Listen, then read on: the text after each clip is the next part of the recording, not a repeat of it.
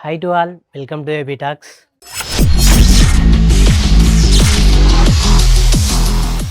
ఇవాళ మనము ఇంటర్వ్యూకి పిలిచింది 12th డివిజన్ పాత కౌన్సిలర్ అండి, అంటే కార్పొరేషన్లో కలపక ముందు అచ్చుగట్ల అంజయ్య గారిని. ఒక 3-4 టర్మ్స్ అంటే ఒక 15-20 ఇయర్స్ వీరన్నపేటని రూల్ చేశాడండి, అంటే కౌన్సిలర్గా. తనకు అప్పటి వరకు ఎదురు అనేది ఎవరు లేకుండే. సో ఇప్పుడు అన్ఫార్చునేట్లీ తను ఓటమి చవి చూశాడు. సో తన ఓటమి పాలవడానికి గల కారణాలు, తన డెవలప్మెంట్ అండ్ రాజకీయాల పైన తనకున్న కొన్ని అనుభవాల గురించి మనకి ఎక్స్ప్లెయిన్ చేస్తారండి. చూడండి. Hello sir. నమస్తే. First congratulations sir. Thank you. నేను బీజేపీ ఎగ్జిక్యూటివ్ మెంబర్గా స్టేట్ ఎగ్జిక్యూటివ్ స్టేట్ పార్టీ, రాష్ట్ర పార్టీ. Okay sir. అయితే సార్ అది ఒక 25-30 ఇయర్స్ నుంచి మీరు వీరన్నపేటలో కౌన్సిలర్గా ఉన్నారు. కానీ 25 ఇయర్స్ నుంచి 30 ఇయర్స్ అంటే ఊర్లలో ఉన్నాయి, అంటే దూరంలో అట్లా అంటే మంచిగా పరిపాలించాక తీసుకొస్తున్నాయి. ఆ తర్వాత మ్యాక్సిమం చాలా తక్కువ, అంటే 25-30 ఇయర్స్ అంటే కన్సిస్టెన్సీగా 15 ఇయర్స్ అంటే ఒక 3 టైమ్స్ మీరు అలానే గెలుచుకుంటూ వచ్చారు. అయితే అసలు మీరు ఎక్కడి నుంచి స్టార్ట్ అయింది, మీకు ఈ రాజకీయ ప్రవేశం అనేది ఎట్లా జరిగింది, మీ చైల్డ్హుడ్ ఎట్లా ఉండే? ఓకే, మొట్టమొదట మీ ఏబీ ఛానల్ వారికి, యూట్యూబ్ ఛానల్ వారికి ధన్యవాదాలు. ఎందుకంటే ఇలాంటి సమాచారాలను తీసుకొని ప్రజల ముందు తీసుకెళ్తేనే మంచిగా ఉంటుంది. మీకు ధన్యవాదాలు. అయితే మీరు అడిగినటువంటి ఏదైతే నా రాజకీయ ప్రస్థానం గురించి అడుగుతూ ఉన్నారో, అయితే దీనికి మొట్టమొదట నేను కాలేజ్ చదువుతున్న రోజులలో ఏబీవీపీలో చాలా యాక్టివ్గా పనిచేసేవాడిని. అయితే ఏబీవీపీ బాయ్స్ జూనియర్ కాలేజ్లో చాలా యాక్టివ్గా ఉన్నది ఆ రోజులలో. నేను 1985-86లో ఫస్ట్ ఇయర్గా జాయిన్ అయినా బాయ్స్ కాలేజ్లో. అప్పుడు అక్కడ ఏబీవీపీ చాలా యాక్టివ్గా ఉన్నది. అయితే ఇక్కడ విద్యార్థుల యొక్క సమస్యల కోసం, ఏది వాళ్ళ స్కాలర్షిప్లు, హాస్టల్ సీట్లు, తర్వాత కాలేజ్ సీట్లు, ఈ సీట్ల కోసం ఆ రోజుల్లో సంబంధిత అధికారులపైన తిరుగుబాటు చేయడం, మాట్లాడడం వల్ల ఆ విద్యార్థులకు కావాల్సినటువంటి ఏదైతే సీట్లు కానివ్వండి, స్కాలర్షిప్ కానివ్వండి, ఇవన్నీ వాటితో కొట్లాడి ఇప్పించేవాళ్ళం ఆ రోజులలో.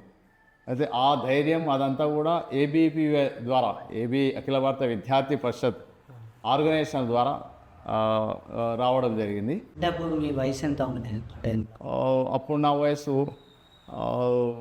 18-19 ఇయర్స్ ఉంటాను. ఓకే, దాదాపు అప్పటి నుంచే స్టార్ట్ చేసి 18-19 ఇయర్స్ ఉంటాను. అయితే విషయం ఏంటంటే అక్కడ విద్యార్థుల అట్లా మూమెంట్ తీసుకోవడం వల్లనే విద్యార్థుల ఒక అభిమానం వచ్చేసింది. అయితే అక్కడ జరిగినటువంటి ఏదైతే బాయ్స్ జూనియర్ కాలేజ్లో కాలేజ్ ఎలక్షన్స్ నిర్వహించినారు. కాలేజ్ ఎలక్షన్స్ నిర్వహిస్తే అక్కడ స్టూడెంట్ యూనియన్ ఎలక్షన్ నిర్వహిస్తే అక్కడ నేను ఏబీపీ తరఫుకి వెళ్ళి జనరల్ సెక్రటరీగా పోటీ చేయడం జరిగింది. అయితే అక్కడ ఉన్నటువంటి విద్యార్థులు కానీ, అక్కడ ఉన్న ఫ్రెండ్స్ కానీ వాళ్ళంతా కూడా వాళ్ళ మెజార్టీతో, పెద్ద మెజార్టీతో స్టూడెంట్ యూనియన్కు ప్రధాన కార్యదర్శిగా ఎన్నుకోవడం జరిగింది.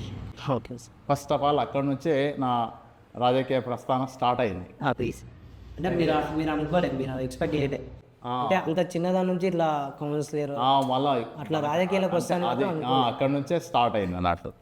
అయితే ఆ ఉద్యమం అట్లా అక్కడ ఎన్నుకున్న తర్వాత ఇక మెల్లగా సెకండ్ ఇయర్, ఫస్ట్ ఇయర్ నుంచి సెకండ్ ఇయర్ అయిన తర్వాత మళ్ళీ డిగ్రీకి పోవడం, అదే అట్లా ఏబీపీతోనే ఉండి ఏబీపీ ఆర్గనైజేషన్ల కార్యక్రమాలు నిర్వహించుకుంటూ అక్కడనే జాతీయ భావాలు, దేశం మన సంస్కృతి, ఇవన్నీ విషయాలలో మాకు ఒక అవగాహన కల్పించడం వల్లనే ఈ దేశం పట్ల, ఈ సంస్కృతి పట్ల, ఆ ధర్మం పట్ల మంచి అవగాహన కలిగించడం జరిగింది మా ఏబీపీ ఆర్గనైజేషన్ పెద్దలంతా కూడా.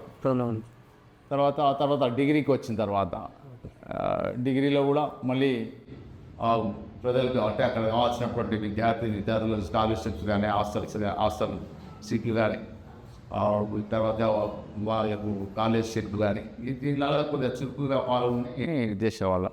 అక్కడ నుంచి మెల్లగా నేను ఫస్ట్ ఇయర్ ఉన్నప్పుడే ఇక్కడ మాతోన వీరన్నపేటలో మున్సిపల్ ఎలక్షన్స్ వచ్చినాయి. Degree first year? నేను డిగ్రీ ఫస్ట్ ఇయర్ ఉన్నాను. అంటే ఇది ఏ ఇయర్? 87లోనే మున్సిపల్ ఎలక్షన్స్ వచ్చినాయి మాట ఇక్కడ వీరాణపేట 1987లో. Okay sir. నేను అప్పుడు ఇంటర్లో ఉన్నా ఇంకా. అయితే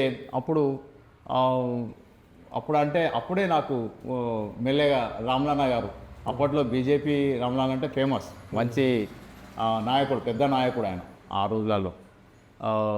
రోజుల్లో ఉన్నటువంటి కమ్యూనల్ ఫీలింగ్స్, హిందూ ముస్లిం గొడవలు, దానివల్ల కుర్వారాములు గారు వారు ముందుండి ఇది చేసేవారు.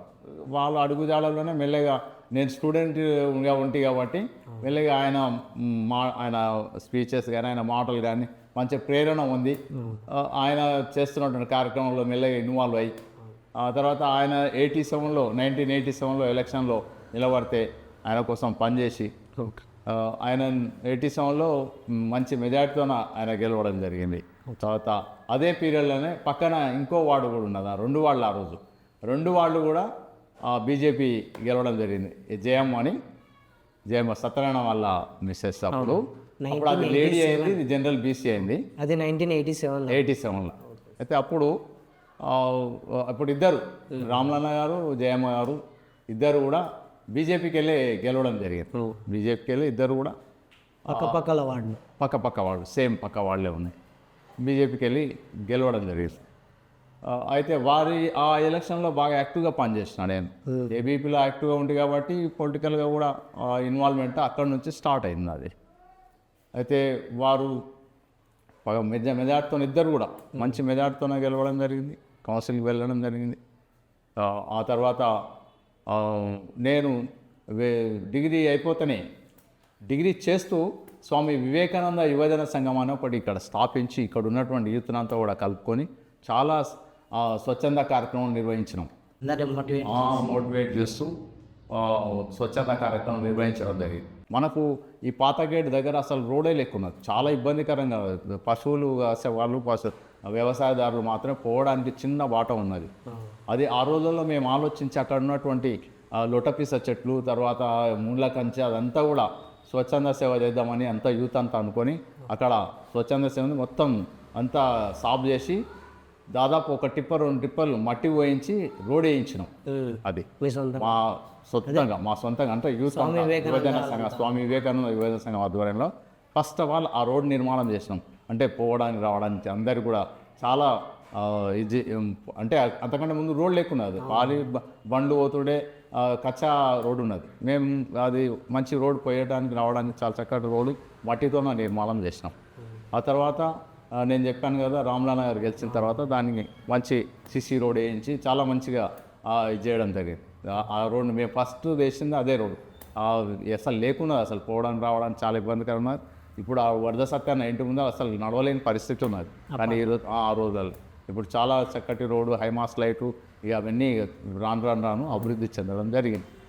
అయితే ఇట్లా రామ్లానా గారే నాకు రాజకీయంగా ప్రేరణ కలిగించడం జరిగింది. అప్పుడు వారు 1987 నుంచి 92 వరకు కూడా వారు కౌన్సిలర్గా ఉన్నారు. అయితే 3 years మున్సిపాలిటీ ఎలక్షన్ లేకున్నాయి, స్పెషల్ ఆఫీసర్ గారు ఉన్నారు. 95లో మళ్ళీ ఎలక్షన్స్ వచ్చినాయి. ఎలక్షన్స్ అవ్వడం వల్ల అప్పుడు నేను అప్పటికే యువమోర్చకు మెల్లగా డైవర్ట్ కావడం జరిగింది. యువమోర్చ, భారతీయ జనతా యువమోర్చ అని యువకులకు సంబంధించింది భారతీయ జనతా పార్టీలో ఉన్నటువంటి వింగ్ అది ఒకటి. ఆ దాంట్లో మెల్లగా యువమోర్చ టౌన్ అధ్యక్షునిగా నన్ను అనౌన్స్ చేయడం జరిగింది. యువమోర్చలో కొద్దిగా యాక్టివ్గా పనిచేస్తున్నా, ఒక పక్కన డిగ్రీ చేస్తూనే మళ్ళీ ఇక్కడ చేసుకున్నా. అయితే ఆ యాక్టివ్నెస్ నుంచి మెల్లగా పొలిటికల్గా నాకు రామ్లన్నతో పాటుగా రాజేశ్వరరెడ్డి అన్న, అప్పట్లో మంచి ఇన్ఫ్లుయెన్స్ ఉన్నటువంటి నాయకుడు రాజేశ్వరరెడ్డి గారు. హిందువుల పట్ల, హిందువులకు ఎక్కడ ఇబ్బంది కలిగించినా, ఎక్కడ ప్రాబ్లం అయినా ఇమీడియట్గా రెస్పాండ్ అయ్యి అక్కడ సమస్య ఏదున్నా మాట్లాడి చేసేవాళ్ళు. మనకు తెలుసు అప్పట్లో చాలా అయోధ్య విషయంలో మంచి ఉద్యమం నడుస్తున్న రోజులు అవి. అప్పుడు ముస్లిమ్స్ కూడా కొంత అక్కడ గ్యాదర్ నూలి చేయడం అవన్నీ చేస్తున్నవారు. వారు రామ్లానాకు ఉన్నటువంటి సాన్నిధ్యం వలన అప్పట్లో భారతీయ జనతా పార్టీ మామూలుగా ఉన్నది కొద్దిగా ఇంకా పికప్ అయింది. ఈ టౌన్లో కానీ ఈ కాన్స్టిట్యున్సీలో కానీ భారతీయ జనతా పార్టీ మంచిగా పికప్ అయింది. వారిద్దరి నాయకత్వాన మంచిగా కూడా ఈ టౌన్ వరకు ముందుకు సాగడం జరిగింది. అయితే 1992 వరకు రామనాన్న గారు కౌన్సిలర్గా ఉన్నారు. 1992 నుంచి 1995 వరకు స్పెషల్ ఆఫీసర్ పీరియడ్ ఉన్నది. 95 ఎలక్షన్లు వచ్చినాయి. ఎలక్షన్లు వస్తేనే నేను చేస్తున్నటువంటి స్వచ్ఛంద కార్యక్రమాలు, రోడ్లు కానీ, తర్వాత స్వామి వివేకానంద జయంతి కానీ, 26 జనవరి కానీ, ఆగస్టు 15 కానీ, ఇలాంటి జాతీయ కార్యక్రమాలు, తర్వాత యూత్ కార్యక్రమాలు, క్రీడలు, ఇవన్నీ చేయడం అన్ని చూసి స్వామి వివేకానంద జయంతి రోజు రాజేశ్వర రెడ్డి గారిని టౌన్ హాల్లో పెద్ద ప్రోగ్రాం నిర్వహించడం జరిగింది. అక్కడ వక్తగా రామనాన్న గారు, రాజేశన్న గారు, తర్వాత ఏబీవీపీల హరిశంకర్జీ అని వారు ముఖ్య వక్తగా వచ్చింది. గౌరీశంకర్ గారు చాలా చక్కగా మాట్లాడాడు. అప్పుడు ఆ హాల్ నింపేసిన యూత్నంతా కూడా హరిశంకర్ గారు చాలా మాట్లాడారు. ఏబీవీపీ పూర్తి సమయం ఆయన. అయితే అట్లా అక్కడ నాకు రాజస్థాన్తో ఇంకా చాలా అనుబంధం ఏర్పడ్డది. వారిని ముఖ్య అతిథిగా పిలిచిన ఉంటుంది. ముఖ్య వక్తగానేమో హరిశంకర్ గారిని, ముఖ్య అతిథిగా రాజన్న గారిని, తర్వాత అతిథిగా రామలాల గారిని, అట్లా టౌన్లో ఉన్నటువంటి పెద్దలందరూ పిలిచి పెద్ద యూత్ కార్యక్రమం నిర్వహించడం జరిగింది స్వామి వివేకానంద జయంతి సందర్భంగా. ఆ తర్వాత 95లో ఎలక్షన్లు వస్తే రామలాల గారితో మాట్లాడి రామలాన్న మీరు ఈసారి అంజయ్య గారికి ఇవ్వండి ఛాయిస్, నెక్స్ట్ మళ్ళీ మీరు చూసుకుంటూ గారు. రామలాన్న ఒక్క క్షణం ఆలోచించకుండా కూడా ఓకే యువకుడు ముందర ఉండాలి, యువకులకు ఛాయిస్ ఇవ్వాలి. 27 ఇయర్స్ అప్పుడు నా వయసు, నా వయసు 27 ఇయర్స్. అప్పుడు రామలాన్న ఏం ఆలోచించకుండా ఓకే యువకులు రావాలి మనకు అని చెప్పి రామలాల గారు సపోర్ట్ చేయడం, నాకు బీఫామ్ పార్టీ నుంచి ఇవ్వడం, నేను 95లో కౌన్సిలర్గా నిలబడడం అంతా ప్రజలు, ఇక్కడ ఉన్నటువంటి ప్రజలు అందరూ కూడా సపోర్ట్ పెద్ద ఎత్తున సపోర్ట్ చేసి, అంటే అంతకంటే ముందు యూత్లో చాలా కార్యక్రమాలు నిర్వహించాం కదా, అది కొంత ప్రభావం ఉంది ప్రజలలో. అరే యువకుడు మంచి పని చేస్తున్నాడు అని, ఆ కార్యక్రమం స్వచ్ఛంద కార్యక్రమాలు నిర్వహిస్తున్నాడు ఉండాలని చెప్పి అప్పుడు పెద్ద ఎత్తున నాకు మెజారిటీ ఇచ్చి గెలిపించినారు అప్పుడు 95లో. మీ ఫ్యామిలీ నుండి ఎవరు అంతకుముందు రాజకీయ? మాకు రాజకీయంగా ఏం లేదు, కానీ మా అమ్మగారు, మా చిన్నయ్య మా అన్న, వారు రెగ్యులర్గా శాఖకు పోయేవారు. 1975లో మా అన్నను అరెస్ట్ చేయడం జరిగింది. ఆర్ఎస్ఎస్ శాఖకు వెళ్ళేవారు, వారు శిక్షకు కూడా ఉన్నారు. 1975లో ఎమర్జెన్సీ పీరియడ్లో ఇందిరాగాంధీ ఎమర్జెన్సీ విధించడం వల్ల ఎక్కడ కూడా శాఖలు నడవద్దు, శాఖలు నడిపించడం అని జైల్లో పెట్టాలని చెప్పి ఇది చేస్తే, అప్పుడు మనకు ఇక్కడ శాఖ నడిపిస్తుంది మా స్కూల్ గ్రౌండ్లో. అప్పుడు శాఖ కాడికి వచ్చి పోలీసు వాళ్ళు దాదాపు ఒక 6-7 మందిని అరెస్ట్ చేసి తీసుకుపోయినారు. దాంట్లో వన్ ఆఫ్ ద మా అన్న చిన్నయ్య గారు అప్పట్లో కిరాణం షాప్లో పనిచేసేవాడు. వారిని అరెస్ట్ చేయడం, వారితో పాటుగా మన్నాళ లింగయ్య, కాళ్ళ రామచంద్రయ్య గారు, పొట్ల సాయిల్ గారు, గడిగే ఎల్లప్పారు, ఇలా చాలామందిని ఆ రోజు జైలుకు పంపించడం జరిగింది. శాఖా పరంగా, ఆర్ఎస్ఎస్ పరంగా మా అన్నగారితో అట్లా అరెస్ట్ చేయడం నాకు కొద్దిగా అరే శాఖ ఇట్లా ఉంది, ఇట్లా ఇది కదా, జాతీయత భావంతోన ఐక్యత కోసం, హిందూ ఐక్యత కోసం పనిచేస్తున్నాడు, దానికోసం పనిచేస్తే మా అన్నను జైల్లో వేసిన అన్నది ఒకటి నాకు అప్పుడు భావన కలిగింది, ఒక బాధ. అప్పుడు నా వయసు నేను అనుకుంటాను ఒక 7-8 సంవత్సరాలు, 12 సంవత్సరాలు ఉంటాను అప్పుడు. 12-15 సంవత్సరాల లోపలనే ఉంటా. అయితే అట్లా అంతేగాని మాకు పొలిటికల్ లేదు అటువంటిది ఏం లేదు. అయితే నేను యువమోర్చాకి వెళ్ళి రావడం ఎమ్మడే 19 చెప్తుంది కదా, ఇప్పుడు ఇంతకుముందే 1995 ఎలక్షన్ రావడం, రామలాల గారిని రాజేశన్న గారు మాట్లాడుకొని నాకు అవకాశం ఇవ్వడం, నాకు మళ్ళీ ప్రజలు నన్ను పెద్ద ఎత్తున గెలిపించడం, నేను చేసినటువంటి సామాజిక కార్యక్రమాల వల్ల ఆ రోజు స్వామి వివేకానంద యూత్ అంతా కూడా పెద్ద ఎత్తున ఆ రోజు కలిసికట్టుగా ముందుకు రావడం వల్ల అట్లా 95లో నేను గెలవడం జరిగింది. 95 నుంచి 2000 వరకు నేను కౌన్సిలర్గా సర్వీస్ ఇవ్వడం జరిగింది. 2000 అయితే నేను డిగ్రీ అయిపోయినప్పుడే మళ్ళీ ఎల్ఎల్బిలో అడ్మిషన్ తీసుకోవడం జరిగింది. నాకు అడ్మిషన్ తీసుకొని ఒక పక్కన కౌన్సిలర్గా ఉంటూనే నేను ఎల్ఎల్బి పూర్తి చేయడం జరిగింది. నాకు 1997లో నా యొక్క ఎల్ఎల్బి పూర్తయింది.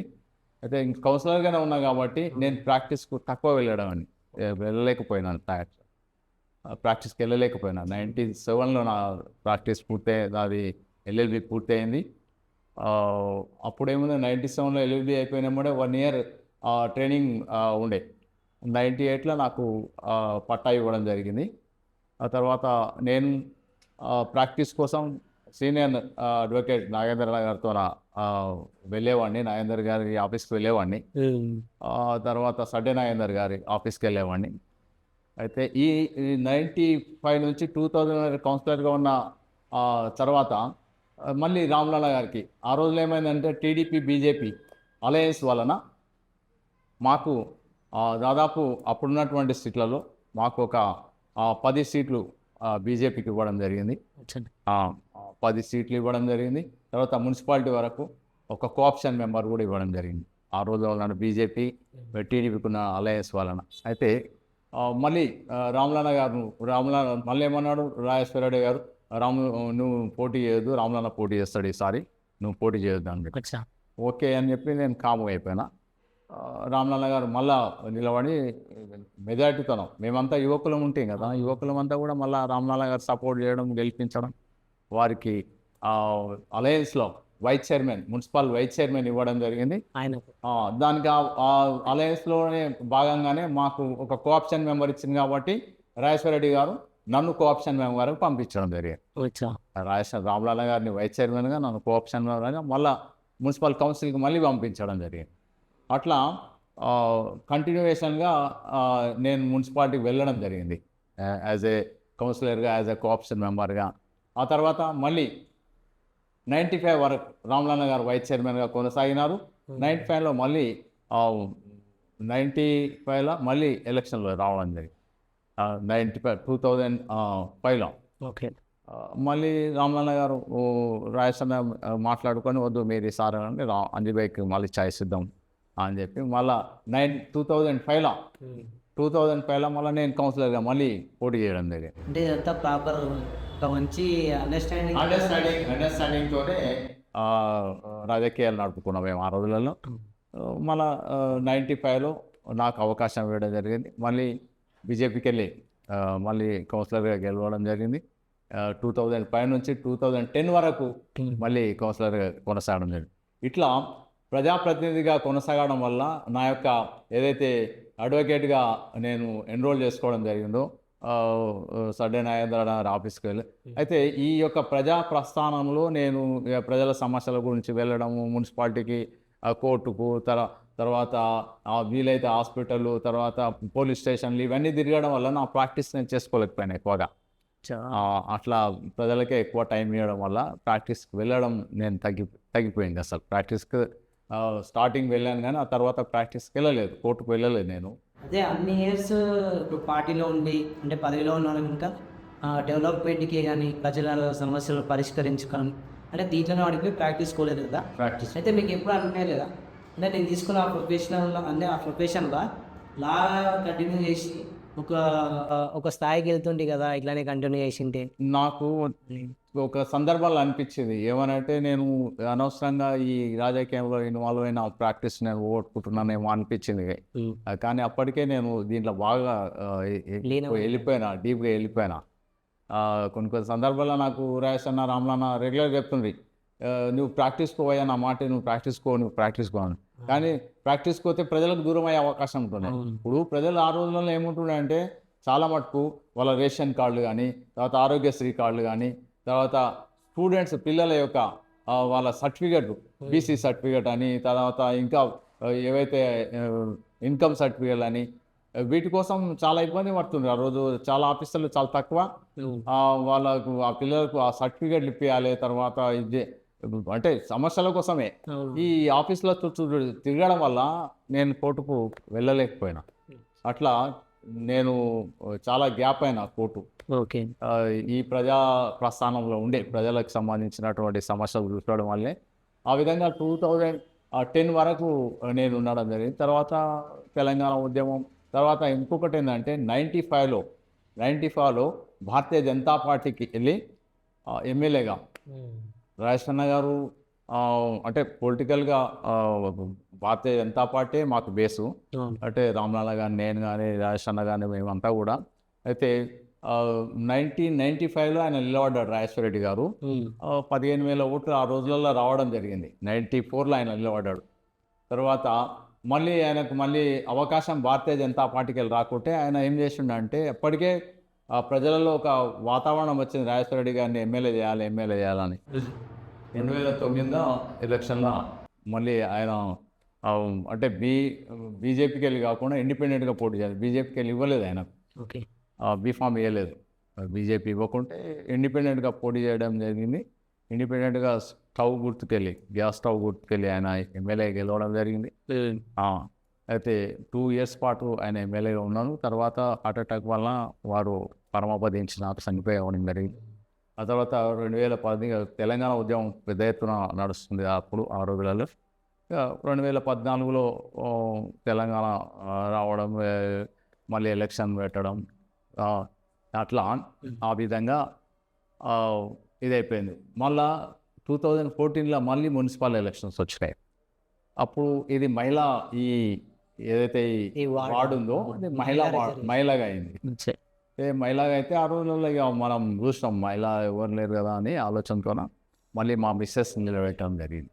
అయితే కంటిన్యూ మేము ఉండడం వల్ల కొంత ప్రజలలో కొత్త వాళ్ళకి అవకాశం ఇవ్వాలన్న ఆలోచనతో, ఒక భావనతోటి కొత్త వాళ్ళకి అవకాశం ఇవ్వాలన్న ఆలోచనతో మేము అప్పుడు నిలబడితే ఓడిపోవడం జరిగింది. మా భార్యను నిలబెడితే ఓడిపోవడం జరిగింది.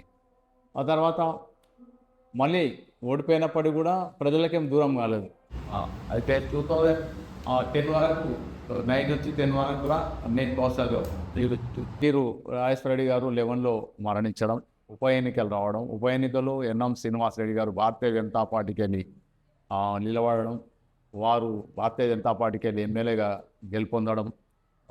ఎన్ఎం శ్రీనివాసరెడ్డి గారు 2 సంవత్సరాల పాటు వారు పట్టణ ప్రజల ఈ కాన్స్టిట్యున్సీలో మరి సేవలు అందించడం జరిగింది ఎన్ఎం శ్రీనివాసరెడ్డి గారు. ఆ తర్వాత 2014లో ఎలక్షన్ రావడం జరిగింది. మళ్ళీ అసెంబ్లీ ఎలక్షన్ ముందు వచ్చినాయి. అసెంబ్లీ ఎలక్షన్లో అప్పుడు భారతీయ జనతా పార్టీ అభ్యర్థి అయిన ఎన్ఎం శ్రీనివాసరెడ్డి గారు ఓడిపోవడం, బీఆర్ఎస్ అభ్యర్థి శ్రీనివాస్ గౌడ్ గెలవడం.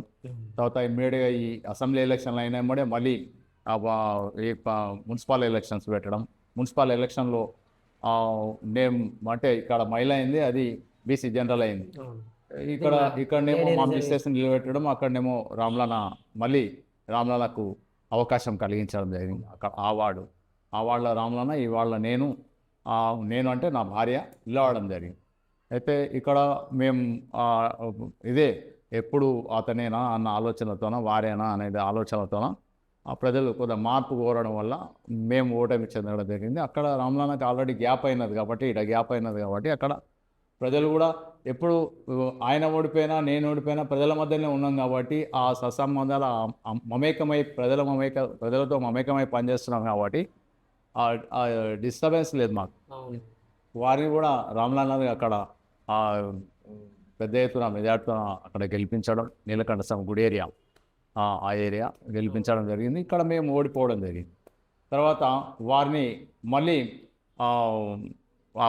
అక్కడ ఉన్నటువంటి దీన్ని బట్టి మెజార్టీని బట్టి రామ్లాన గారికి వైస్ చైర్మన్ అవకాశం రావడం జరిగింది. వైస్ చైర్మన్గా వారు మళ్ళీ పార్టీకి వెళ్ళే అవకాశం రావడం జరిగింది. అప్పట్లో మంత్రి డికే అరుణమ్మ గారు ఉన్నారు కాబట్టి డికే అరుణమ్మ గారి దీంతో మాకు అక్కడ ఏమైందంటే కౌన్సిల్లో మా సపోర్ట్ అవసరం ఉంది కాబట్టి కాంగ్రెస్ వాళ్ళు కూర్చోవాలంటే మా సపోర్ట్ కావాలి. కాంగ్రెస్ వాళ్ళని గెలిపించుకోవడం కోసం మేము వైస్ చైర్మన్ డిమాండ్ చేసినాం. అట్లా మా పార్టీకి వెళ్ళి రామ్లాన గారికి మళ్ళీ వైస్ చైర్మన్గా అవకాశం రావడం జరిగింది. అట్లా వారు 2వ టర్మ్ కూడా రామ్లాన గారు వైస్ చైర్మన్కి అవకాశం లభించింది. ఆ తర్వాత 2014 నుంచి 2019 వరకు కూడా కొనసాగినారు ఆ కౌన్సిల్. రామ్లాన గారు వైస్ చైర్మన్గా కొనసాగినారు. అయితే మీరు 2014లో ఓడిపోయారు కదా, అంటే అంతకుముందు ఏరియాని అది డెవలప్మెంట్ జరిగింది చాలా ఇప్పుడు మాకు అప్పట్లో నేను కోఆప్షన్గా ఉన్నప్పుడు రామ్లాన వైస్ చైర్మన్గా ఉన్నప్పుడు మాకు అడ్కో స్కీమ్ వచ్చింది, డిఎఫ్ఐడి స్కీమ్ అని ఒకటి డిఎఫ్ఐడి స్కీమ్ అని వచ్చింది. ఇప్పుడు నిర్మాణమైన పెద్ద డ్రైన్ పైకి రోడ్స్ దగ్గర నుంచి ఈ మన ఎదుర్కొంట వరకు ఆ పెద్ద డ్రైన్ అది సంబంధించిన కౌన్సిలర్లు చేసినటువంటి డెవలప్మెంటు అసలు ఏ పార్టీకి సంబంధించినటువంటి కౌన్సిలర్లు చేయలేదు. కాబట్టి మాకు ఇది ఏంటంటే ప్రజల్లోన ఆ యొక్క అభిమానం ఉంది. డ్రైన్లు కానీ, రోడ్లు కానీ, లైటింగ్స్ కానీ, శానిటేషన్ కానీ, ఇవన్నిటిని కూడా చాలా పెద్ద ఎత్తున శ్రద్ధ పెట్టి చేయడం జరిగింది. ఆ తర్వాత వచ్చిన వాళ్ళు అసలు ఈ వాళ్ళ పెద్ద అసలు పనిలేదైనటువంటి ఇవి ఉన్నాయి వాళ్ళు. అయితే మళ్ళీ మాకే అవకాశం ప్రజలు ఉంది కాబట్టి అలాంటి డెవలప్మెంట్ చేస్తాం కాబట్టి మాకే ప్రాధాన్యత ఇచ్చేవాళ్ళు. అయితే మళ్ళీ 2000లో మళ్ళీ ఎలక్షన్లు వచ్చినాయి. ఎలక్షన్లు వస్తే అప్పుడు మళ్ళీ భారతీయ జనతా పార్టీకి వెళ్ళి ఈ వాడికి వెళ్ళి నేను, ఆ పక్క వాడు కూడా బీసీ జనరల్ అయింది, అక్కడ నుంచి చెన్నవీర సార్ గారు 2020 2020లో 2019 2020 2020 ఒక 1 year మళ్ళీ సో స్పెషల్ ఆఫీసర్ పీరియడ్ నడిచింది. మళ్ళీ 20లో ఎలక్షన్లు వచ్చినాయి కాబట్టి 20లో మేము మళ్ళీ ఇక్కడ నేను మేధాడితో గెలిచిన, అక్కడ చెన్నవీర సార్ గారు వారు గెలవడం జరిగింది. 20 నుంచి 25 వరకు కొనసాగడం జరిగింది ఇద్దరం కూడా. అయితే ఏది ఏమైనప్పటికీ మాకు ఈ 20లో ఎప్పుడైతే మేము ఎన్నుకోబడ్డామో కొంత వివక్ష చూపడం జరిగింది. శ్రీనివాస్ గౌడ్ గారు మంత్రిగా ఉంది కాబట్టి, ఈ బీజేపీ వాళ్ళు కాబట్టి ఆ ఉద్దేశంతోన పెద్దగా వాళ్ళని బీఆర్ఎస్ వాళ్ళని ఓడగొట్టి మేము గెలిచినాం కాబట్టి ఆ వివక్షతోన మాకు కొద్దిగా ఫండ్స్ కానీ లేకపోతే డెవలప్మెంట్ కానీ కొద్దిగా మాకు 2023 వరకు కూడా ఆ వివక్షను మేము ఎదుర్కోవడం జరిగింది. ఆ తర్వాత మళ్ళీ కొద్దిగా మారిన తర్వాత పొలిటికల్ పరిస్థితులు మారిన తర్వాత కొంత మళ్ళా మాకు వార్డులలో డెవలప్మెంట్ కోసం ఫండ్స్ రావడం, డెవలప్మెంట్ చేసుకోవడం ఇది కొనసాగింది. అంటే కొన్నేళ్ళ తర్వాత మీరు ఎప్పుడైతే కంటిన్యూస్ వస్తున్నారో ఆ తర్వాత మీరు మీ సొంత లాభం చూసుకున్నారు, పార్టీ నుండి కాకుండా మీ లోపల అంటే మీరే మీ సొంత లాభం చూసుకున్నారు. మీ పక్కన ఉన్న రిలేటివ్స్కి అంటే ఎగ్జాంపుల్ ఇప్పుడు అగ్గులు అని ఉంటుంది, వాళ్ళు ఆయన సెటిల్ చేసుకున్నారు, వాళ్ళకి సంబంధించిన వాళ్ళని సెటిల్ చేసుకున్నారు. వాళ్ళ కులపోలని వాళ్ళ కులం ఓట్లు ఎక్కువనే కనుక వాళ్ళని ఎక్కువ సపోర్ట్ చేసుకున్నాము. సో మేము పోయి మా సమస్య చెప్పుకున్నా కూడా వాళ్ళు మాకు ఎట్లాంటి రెస్పాండ్ కూడా కాలేడు అని అడుగుతున్నారు. అది అంటే ప్రజలకు అభిప్రాయం వ్యక్తం చేసింది కదా, అది ఎంత నిజం. అయితే ఏంటంటే ఒకటి అయితే ఇప్పుడు జనరల్గా ఏమిటంటే పొలిటికల్గా బటగాల్చి మీనవాడేయని అంతే, అది ఏమనగానే అని చెప్పి ఆలోచనతోన కొందరు పని కట్టుకొని బీజేపీ గెలవద్దు, బీజేపీకి సంబంధించిన అభ్యర్థులు గెలవద్దు అన్న ఆలోచనతోన ఒక నెగిటివ్ దీన్ని ప్రజల్లోకి తీసుకుపోయారు. కులం అనేది కుల ప్రస్తావన కానివ్వండి, లేకుంటే ఎప్పుడు వాళ్ళేనా, వాళ్ళు చేసింది ఏముంది, కొత్త వాళ్ళకి అవకాశం ఇవ్వాలి మీరు అని చెప్పి ప్రజలల్లో కొంత ఇది చేసిండ్రు. వాళ్ళని ప్రజలను మోటివేట్ చేయడం జరిగింది. జనరల్గా ఏముంటుంది, ఒక ఉదాహరణకి చెప్తాను. ఒక గొర్రెల కాపరి గొర్రె పట్టుకొని పోతుంటాడు. పోతుంటే ఒక ముగ్గురు కలిసి అరే ఆ గొర్రెని ఎట్లయినా మనం వేసుకపోదాం అన్న ఆలోచనతోన వాళ్ళు ఏం చేస్తారంటే రోడ్డు అదే బాటలా పోతుంటే ఫస్ట్ వాడు మొదటి వాడు అంటాడు, ఏం పెద్ద మనిషి ఏం కుక్కను పట్టుకపోతున్నామేమా అని అంటాడు. అరే అంటాడు, ఇది గొర్రెనే అని అంటాడు. గొర్రెనే అని అంటే లేదు నువ్వు కుక్కను పట్టుకున్నావు అంటాడు. నువ్వు తప్పు చెప్తున్నాడు అని చెప్పి మళ్ళా కొద్దిగా ముందరికి పోతాడు. కొద్దిగా ముందరికి పోయినాక ఇంకో ఆయన అడుగుతాడు, ఆయన కూడా ఏం పెద్ద మనిషి కుక్కను పట్టుకపోతున్నావు అన్నాడు. కుక్క కాదు అనేది గొర్రె అని అంటాడు. అది కాదు, ఇంకో కొద్దిగా ముందరికి పోయిన తర్వాత మూడోవాడు కూడా ఏం పెద్ద మనిషి కుక్కను పట్టుకపోతున్నావు కదా అన్నాడు. అరే మళ్ళీ ఇక ఆలోచనలో పడతాడు. అట్లా ఇది చేసి నేమో నేను కుక్కను తీసుకుపోతున్నాను అని చెప్పి ఆ గొర్రెని వదిలేస్తాడు. ఇక గొర్రెని వదిలేస్తాడు. అంటే ఆలోచన ఏంటంటే వాళ్ళది ఎట్లన్నా అది కొట్టేయాలన్న ఆలోచన ఉన్నోళ్ళు ప్రజల్ని ఆ విధంగా మోటివేట్ చేయడం జరిగింది. ఏమని వాళ్ళ ప్రజల్ని తప్పుదో పట్టిస్తే అయిపోతుంది, అట్లా వాళ్ళ అట్లా సేమ్ ఇట్లా ఈ గొల్ల కాపరి కథ లాగా అట్లా ప్రజలను మోటివేట్ చేయడం జరిగింది. తర్వాత ప్రజలు కొద్దిగా ఆలస్యమైనా నిజం తెలుసుకుంటారు ఏందనేది. అయితే అట్లా మోటివేట్ చేయడం వల్ల అంటే ఇట్లా అంటే అది నిజం అబద్ధంగా తెలియదు. అది ఎంత స్ప్రెడ్ చేసానంటే ఇప్పుడు పలానా వాళ్ళు ఉన్నారు, ఈ వాళ్ళు అంటే అది ఎక్కువ ఓటర్స్ మీ వాళ్ళే ఉన్నారు. సో ఆయన ఒక స్టేజ్ తర్వాత మీ పైన ఒపీనియన్ ఇట్లా అయింది మొత్తం నెగిటివ్ అయిపోయింది. ఈ ఎలక్షన్ టైం కాకముందు కూడా ఒక 2 years బ్యాక్ లేదంటే 1.5 year నుంచి స్టార్ట్ అయింది. ఎట్లా అంటే ఆయన ఓన్లీ వాళ్ళ కులసులకే చేసుకుంటారు వర్క్.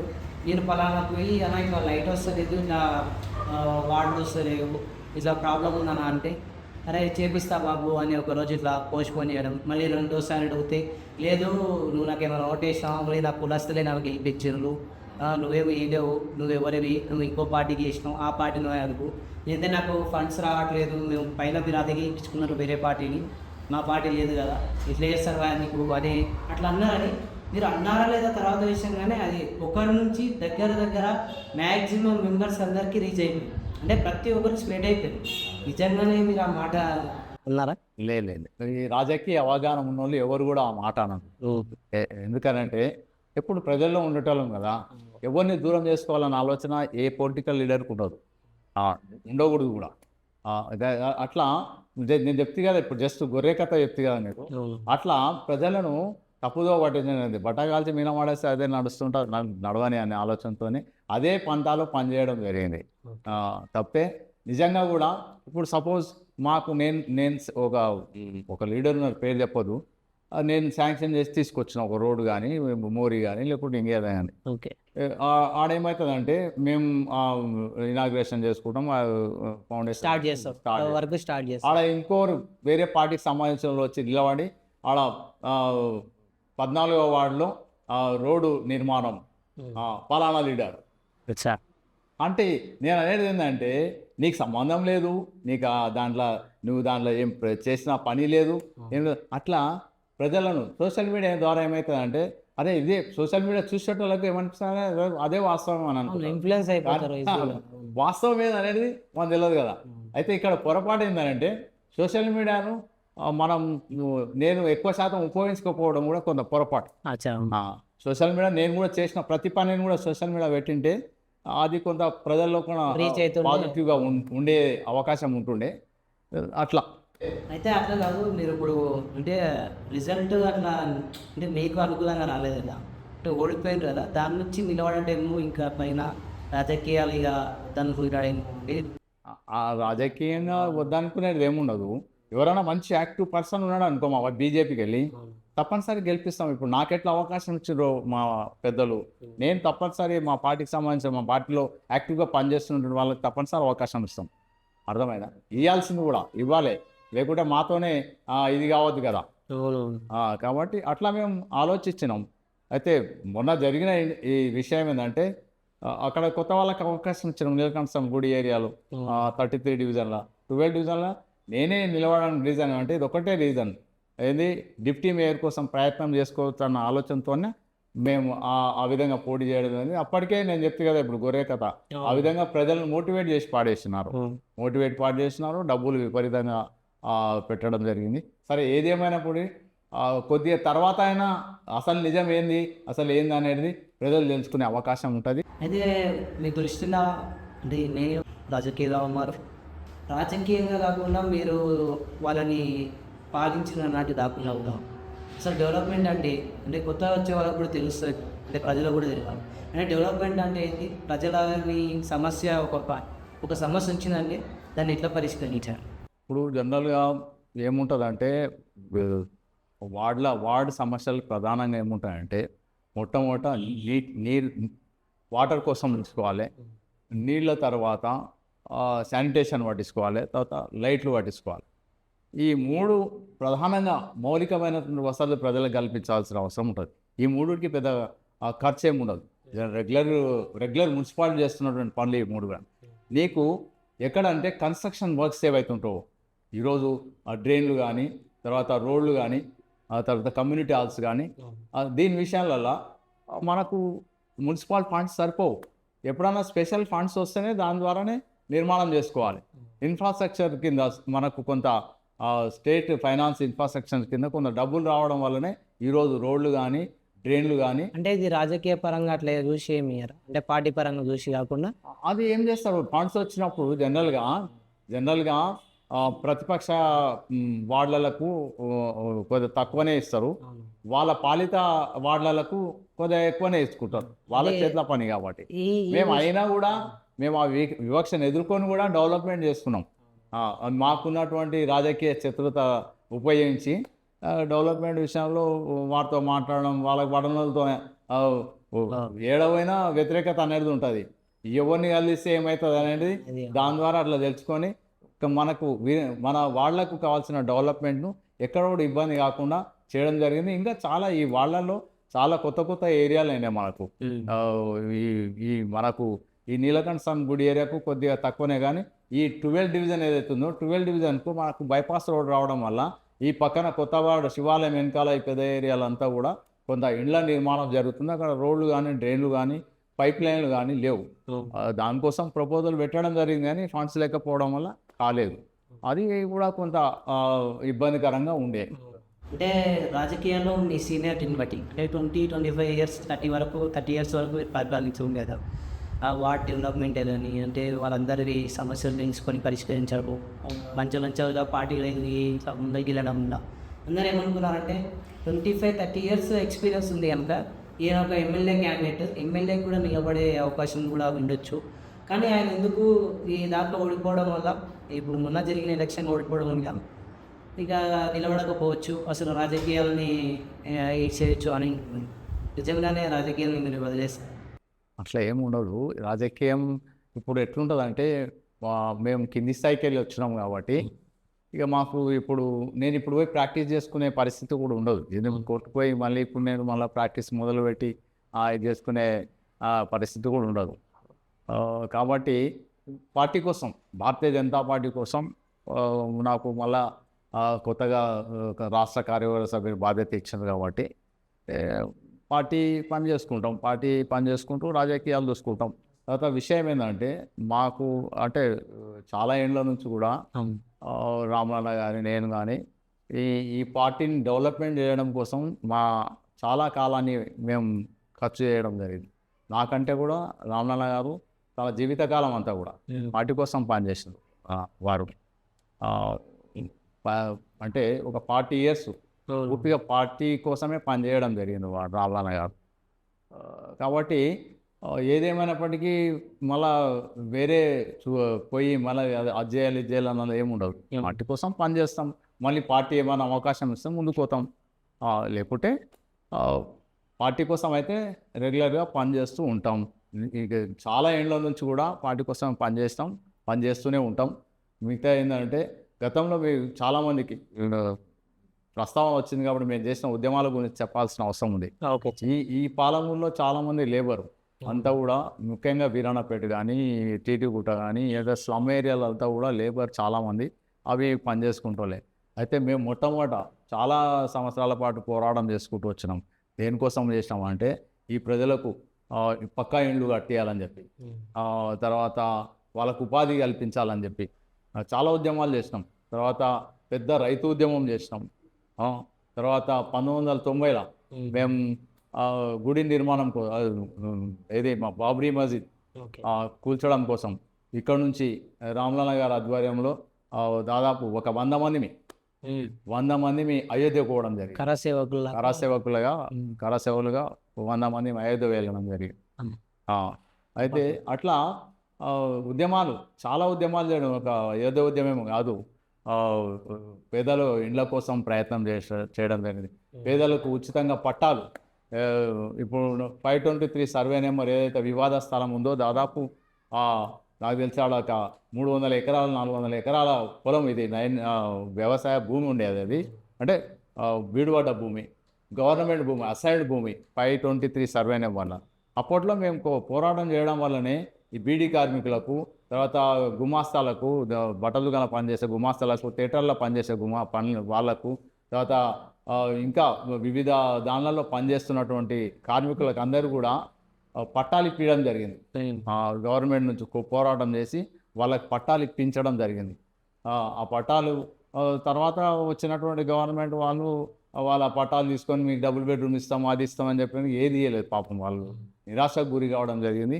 ఇప్పుడు కూడా వాళ్ళ పట్టాలు వాపసు తీసుకున్నారు కానీ జిరాక్స్ కాపీలు ఇంకా వాళ్ళతోనే ఉన్నాయి. అప్పట్లో ఎవరైతే మంత్రి గారు ఉన్నారో శ్రీనివాస్ గౌడ్ గారు, వారి ఆదేశాల మేరకు అధికారులు, కింది స్థాయి అధికారులు అందరూ కూడా పట్టాలు వాపసు తీసుకోండి, వాళ్ళకి డబుల్ బెడ్రూమ్ ఇస్తామని అన్నారు. పాపం వీళ్ళ అమాయకులందరూ కూడా పట్టాలు ఇవ్వడం జరిగింది. ఒక 1600 పట్టాలు వాపసు ఇవ్వడం జరిగింది.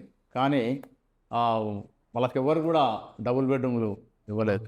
చాలా తక్కువ డబుల్ బెడ్రూమ్. ఆ ఉద్యమం మేమే చేసినాం.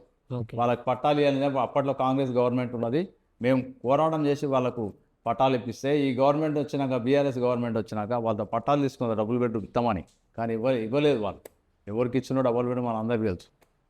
ఎక్కడెక్కడ ఎవరెవరితో మేము తీసుకొని ఇచ్చిన అనేది మనందరికీ తెలుసు. ఇట్లా మేము ప్రజల సమస్యల విషయంలో చాలా సందర్భాల్లో ఉద్యమం పోరాటం చేయడం జరిగింది. ప్రజల కోసమే టైం ఇచ్చి ముందుకెళ్ళడం జరిగింది. హిందువుల ఐక్యత అనేది పెంపొందించడానికి మీ వంతు కూడా మా అందరికీ బ్యాక్గ్రౌండ్ ఆర్ఎస్ఎస్. మీ అందరికీ బ్యాగ్ ఉంది. మాకందరికీ అంటే మేము ఆర్ఎస్ఎస్ని ఆదర్శంగా తీసుకొని పనిచేస్తున్నటువంటి కార్యకర్తలము, నాయకులము. వారు చేస్తున్న ఉద్యమం ఏదైతే ఉందో ఈ భారతదేశంలో హిందువుల ఐక్యత కోసం చాలా సంవత్సరాల నుండి 100 సంవత్సరాల ఇప్పటికి 1925 నుంచి ఇప్పుడు 2025 వరకు కూడా వారు ఉద్యమాలు అంటే ఐక్యత కోసం ప్రయత్నం చేస్తున్నారు. దానిలో భాగంగానే మేమంతా కూడా దానికోసమే ప్రయత్నం చేస్తున్నాము. హిందూ ఐక్యత కోసమే సంఘం ఆదేశాల మేరకు పనిచేస్తూ ఉంటాం. అయితే ఇప్పుడు ప్రజలు తీసుకున్న ఆ నిర్ణయాన్ని కానీ అంటే వాళ్ళు మార్చాలి నీటిలో ఉంది కదా, ఇంకే నేను ఫైనల్గా మార్చేద్దాం, ఇంకో కొత్త మంచిది తీసుకుందామన్న ఆ నిర్ణయం మీకు ఏదైనా కొంచెం బాగా కలిగించడం అట్లా ఏమైనా జరిగిందా? అంటే ఇండియాలో నేను డెవలప్మెంట్ చేసినా కదా, నన్ను నమ్మి వాళ్ళు గేట్ వేసలేకపోయింది అని అట్లా ఏమైనా బాగా అవడం అని ఏం లేదు. జనరల్గా చాలామంది ఏమనుకుంటే మీరు ఇంతకుముందు మాట్లాడితే మీ కులమోళ్ళే ఉన్నారు, మీ కులమోళ్ళు వేస్తేనే గెలుస్తున్నారు అనే మాట అన్నాను. అది మళ్ళీ ఈసారి మన కులమోళ్ళు ఎక్కడ ఉన్నారు? అంత కులమోళ్ళే ఉన్నారు కదా, మళ్ళీ గెలవాలి కదా. నేను మళ్ళీ ఎందుకు గెలవాలి, ఎందుకు ఓడిపోయినా? అట్లా కాదు, మార్పు చేయాలని ప్రజలు కోరుకున్నప్పుడు మారుతారు అంతే. దాని విషయంలో కులమోళ్ళు వాళ్ళ కులం వీళ్ళ కులం అని ఏముండదు. నేను గెలిచినప్పుడు అన్ని కులాలు ఓటేసి గెలిపించాను. ఇప్పుడు అదే కులం అంటే గెలుస్తుంటారు మళ్ళీ పక్కన, అంటే అట్లా ఆ ఫీలింగ్ వచ్చింది.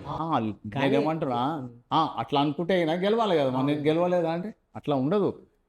వారి మార్పు చేయాలని ఆలోచన ప్రజలకు వచ్చినప్పుడు మారుస్తారు అంతే. నువ్వు ఎంత పని చేసినా, నువ్వు ఎన్ని వేలు పైసలు ఇచ్చినా మార్పు జరగాలనుకున్నప్పుడు ప్రజలు అనుకుంటే అవుతుంది అదంతే.